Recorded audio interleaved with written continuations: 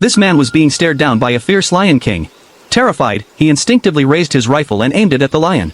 But as the lion's gaze slowly softened, the man hesitated and lowered his weapon. Just then, his father suddenly fired a shot at the lion. Enraged, the lion lunged at the man, savage claws tearing into his body. The father, watching his son being dragged away, believed he had no chance of survival.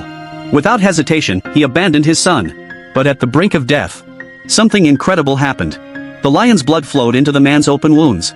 In that instant, the blood of man and beast fused in a mysterious reaction. The boy, against all odds, came back to life. When he stood up, he realized he could hear sounds from miles away. The very next second, the deafening sound of a migrating herd rumbled in the distance. Before he could react, a stampede of buffalo rushed toward him. Panicking, he dropped to the ground and covered his head. But to his amazement, the buffalo veered around him, leaving him unharmed. He looked up, and saw the mighty Buffalo King standing protectively in front of him.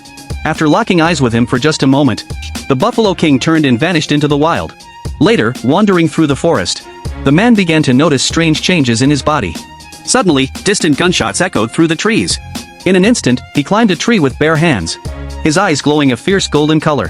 From atop the tree, he saw poachers slaughtering the same buffalo herd he met yesterday, miles away.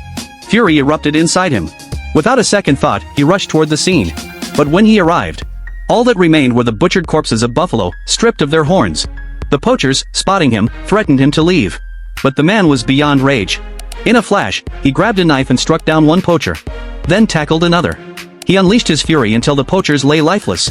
At that moment, the man realized he had not only inherited the Lion King's strength, but also its unyielding spirit of dominance over the land. From that day on, he vowed to protect the Great Plains, and swore eternal hatred against all poachers. Later, while recovering in a hospital, he chose to hide the changes in his body.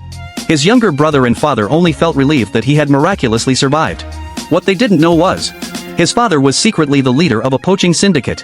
Seeking revenge for his son, the father personally cut off the Lion King's head as a trophy. He proudly brought his son home, thinking the lion's mounted head would bring him joy. But when the man saw it, he was overwhelmed by rage toward his father's actions.